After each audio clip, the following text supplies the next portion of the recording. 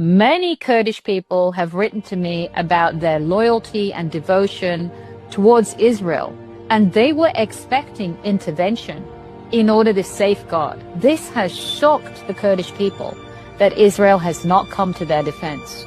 And at a time when Israel has been so maligned the world over unfairly, to be silent at the plight of these minorities is really irksome. I don't want any nefarious entity, let's say the Iranian so-called Islamic, and I say that as a Muslim, I like to call it the Iranian Islamist Republic, ridiculing the Kurds for ever anticipating the West and Israel could have been loyal allies. That is the danger of this kind of abandonment.